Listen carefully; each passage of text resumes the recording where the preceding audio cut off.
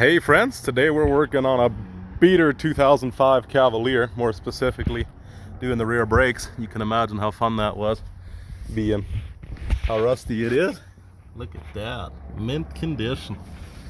The thing from a distance looks pretty clean, but then you get up close and it's like holy balls. Now the obvious thing, of course, 3/4 19 mil socket and a breaker bar or an impact or whatever you decide to use. Take your wheels off. You need jacks and jack stands, of course. Mine are just invisible. And anyway, getting the good old brake drum off, that's a fun part. Here, let me kind of give you an idea of what I did. I'm afraid to even put it back on with how hard it was to get off. But anyway, good old handy pry bar here. I just started trying to get it in behind there, because at first you can only get it behind this lip, and then eventually you can get it behind that lip. And basically what I did is I put pressure on it, pushed it out as far as I could, and then tap it with a hammer. Depending on whether or not you want to reuse your drum, you might want to be careful you don't damage anything, but put pressure on it while I whack it with a hammer, and then kind of work your way around, and eventually it came loose. Sometimes you just have to release the pressure off of it and then wiggle it a little bit, and then it might actually slide off, because it might be catching in here on the lip there. So yeah, I got to be careful with that. This one's getting new drums, but it was a bit of a pain to get it off. Now once you get this far in, of course, the basic, first time I've ever done it in my life, and it was a pain, and I couldn't find any YouTube video that showed me exactly how to do it, so figured I'd make a video for somebody. Maybe it helps somebody. So you grab that, take that spring out, and then of course I would recommend taking a picture. Take a picture of everything, everywhere, all around. Even a video might be your best bet. Take a video of every single detail when you're doing these stupid drum brakes. That way you don't have any issues later. Make sure when you put this drum or this brake shoe back on, the one that has your park brake cable in it, that you do it properly, because I did it wrong earlier and then I had to take it apart again. You have to be able to slide this clip or whatever they call it back onto that pin there. So yeah, you pull that spring out and then pop these off. These are another spring, like that, and then push them aside. It just sits in there, so you can just get them and out of the way there. That's kind of half the battle there already. You noticed it popped off up here already. And then of course, like I said, pull that spring out there. Needle nose pliers, might even be able to do it with a screwdriver if you get fancy. And then, like I said, make sure you carefully document how everything was. Maybe even have a rough idea of how far the adjuster pin is out. Let's see if I can actually, there you go, the thread's in the back there, right there, how far out that is. And other than that, there's really not much to it. The worst part about it is, once you have all this apart and you're putting the new one back on, is getting the brake cable, park brake cable on the bottom, and I'll show you that here in a second. Necessary. So I figured might as well do this while we've got it. This pair of needle nose isn't great, but maybe I can make it work. Take that off. Try to put everything aside in a manner that you'll remember how it was. Now if you look here, this clip here, the spring goes on there, obviously. And you got to make sure, of course, you spin it to where this is in, obviously. And then slide that off, put that aside. Take the slider, the adjuster, or whatever out. Keep in mind, there's a little pin in here, so you want that properly adjusted when you put it all together as well. This does come apart, as you can see. You want to make sure nothing's seized in there. If it is, lubricate it. Put that aside. Brake shoe. The old ones here. And the fun part, this freaking brake cable. My goodness, this stupid thing is a pain. So the worst part is getting that brake cable off. And it seems I already almost or getting it on, rather. Getting it off isn't as bad, but getting it back on. Now again, you have to make sure when you're putting it together, this is on the inside, so you have the pin up here. But anyway, we've got that off. Now when you're putting it together, maybe I'm just a pansy, or maybe I have no idea what I'm doing, but I needed 2 people to do this. Basically what you do is get your second person to grab onto this with a vice grip or a channel locks, or maybe even a good old pair of pliers, and then you use your fingers basically to compress that spring. You can even get it. You can even push that. Take your spring off first. You can go wide again. Slide that out. Put that aside, and then once you've got that, you can even get that out past through there. I just use a screwdriver and then go in the holes there. Pop that out. Anyway, so yeah, you just pop that out like that. Makes it a little easier to access. And then grab that, because I can almost do it. Of course, I can do it enough to where you could get a needle nose on there, but of course, I don't have 3 hands. I haven't upgraded to that yet. So that's where the second pair of hands comes in. And basically what I do is I get this guy on there, and then once you have it on there, then you can focus the second person on just pulling this, pulling it out, and then you push this back. You want to get it probably about right there to where you have room for your new ones, so you can get your new one back on there. Kind of get an idea of how it's going to sit, just like that in there, which means of course your cable's got to sit just in there like that. So you have to have enough room. This spring needs to be far enough back to where it clears this, otherwise it won't really work. So we're going to put that all together real quick. So just like that, she pulls on that, and I got the needle nose on there. So you want to make it sure it's tight enough to where needle nose vice grips, to where it actually grips the cable and the stupid spring doesn't just slide right back again. So we're going to do that now. So just like that, not super tight, but hopefully it'll stay. I should have tightened it a little more, but let's see if we can get the brake shoe on there now.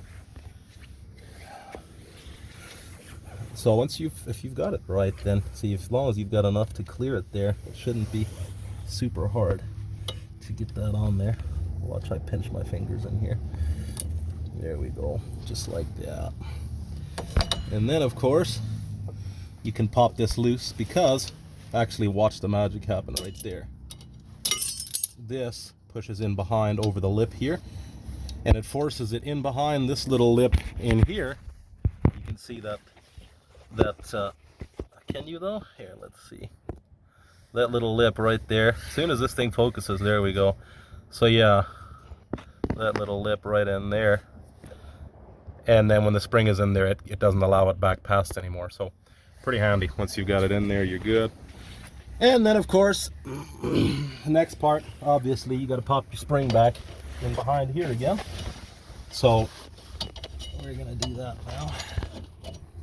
Let's see, is that gonna work? You want to make sure you don't damage it. Sounds crunchy. Progress. Not really. Is it in there? Oh, it is too. Perfect. So then, back up here. Now, this thing slides. Your little cylinder here. Another point is make dang sure nobody's going to push on the brakes with this stuff apart, because if you do, there goes all your brake fluid, and now you have to potentially change your cylinder and bleed the whole system. You don't want that. Anyway, everything else, pretty straightforward. You just reverse it all. Maybe start by putting the clip in here, your big old fancy spring. And ultimately, you want to make sure it lines up. That bottom piece goes on that ridge right there, of course. Just more or less kind of like that. And the same on the other side, right in there, that you can't see because I got a big old dirty phone case. And yeah, anyway, you get the idea. And then up here. And then, of course, your clip goes back on that pin there. And reverse it.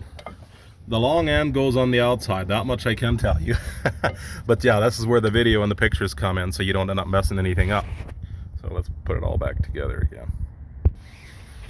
There, so that stupid spring in the back there can be a pain in the butt, but it worked out.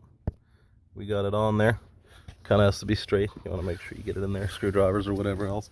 Getting these back in can be a pain, but works pretty good as if you use like a channel locks in there and you use that to pry it over. You still have some grip or whatever.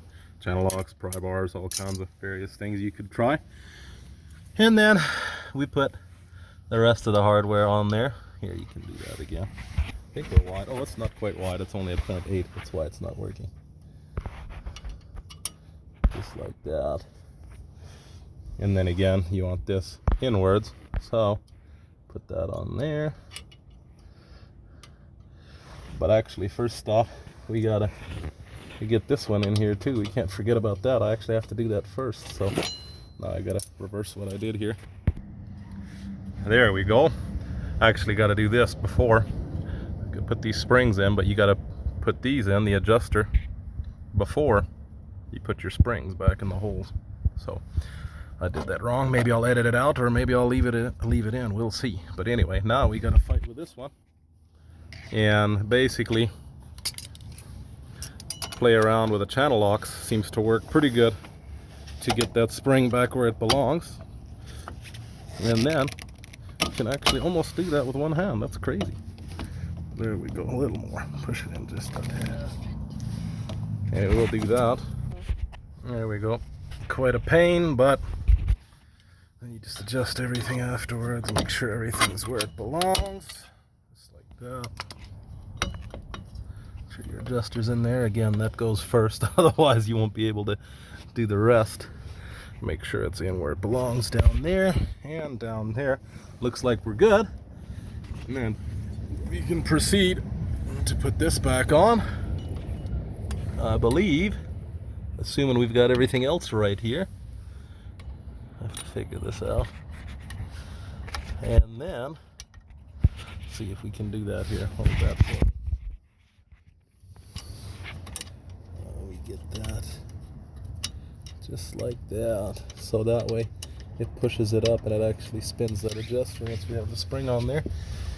Now you still gotta adjust them afterwards, because otherwise they, otherwise they will not work properly, or you might not have good brakes, or your park brakes might not work, or any number of other things. This is always a fun part too. Always, I say, since I've done it all of one time before. There we go. There. Check everything over. And then adjust your brakes. We've got a new drum in there that we're going to grab now. And then, so another thing to keep in mind is it is going to be tighter with the new pads, new shoes, and the new drum. So you actually want to back off that adjuster a little bit. We're going to do that here now. So we're going to lift that tab up a bit, and then we're going to spin it out for a while. I would say a few. Oh, come on, I don't want to mess up my cylinder there. It's a little bit sticky. Here, I'll figure out how to do that. You can just pause it for now. So just pop the spring off, and we're just going to adjust it like that now. And then, because it's a lot easier, so we're going to back it off quite a bit, but it's a lot easier to tighten it than it is to loosen it. So. Okay, so I think that should be far enough. It's a lot easier to just grab it and spin it this way. So, put that back on again.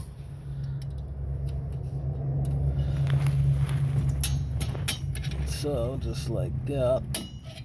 And now, should be able to pop the drum on there. There we go. So the way I adjust it is basically, I'm going to get her to pull on the park brake, and then I am simply going to click it up a few at a time until, there you hear it clicking. We're going to click it up a few at a time to where we're going to go push on the brakes once, and then click it up a few at a time until it basically tightens the park brake with about 3 clicks. So 3 clicks, nothing. Okay, so you can release them. And then we're going to tighten this one until it starts to tighten the park brake even at about 3 clicks. Now the idea of this thing here, I believe, is it's supposed to automatically tighten it somewhat with all this. When you push these out, it's supposed to push this up if it's not tight enough. I don't know exactly how it works, but that's the concept, but I don't believe it does it all by itself, unfortunately. So we're gonna try that. Pop this back on again. And now we're gonna try again. 3 clicks. So nothing yet. We're gonna keep doing that until it's tight. Release? Or at least until it starts, you know, at least grabbing a little bit. So there we go. I got some. Now do 3 clicks. Okay, see, there you have it. I can't even turn it at 3 clicks anymore. Oh, there we go. I can still, but it's starting to grab a little bit. Now let go. There we go. So right about there is where we're going to set it at. Make sure everything's clean. Make sure everything seats. Might even lube the inside of this just a little bit to anti-seize or some kind of grease to hopefully prevent any issues taking it off in the future. And I believe that is it. Again, forgive me, I don't have much experience here. This is literally the second time I've ever doing this in my life. Try not to mix it up any, but pretty straightforward. Basically take it apart and then do it backwards, putting it back together. But keep in mind, you have to have this adjuster in there before you put these springs, and I messed that up earlier. But anyway, if you have any questions, ask, and as always, may God bless you.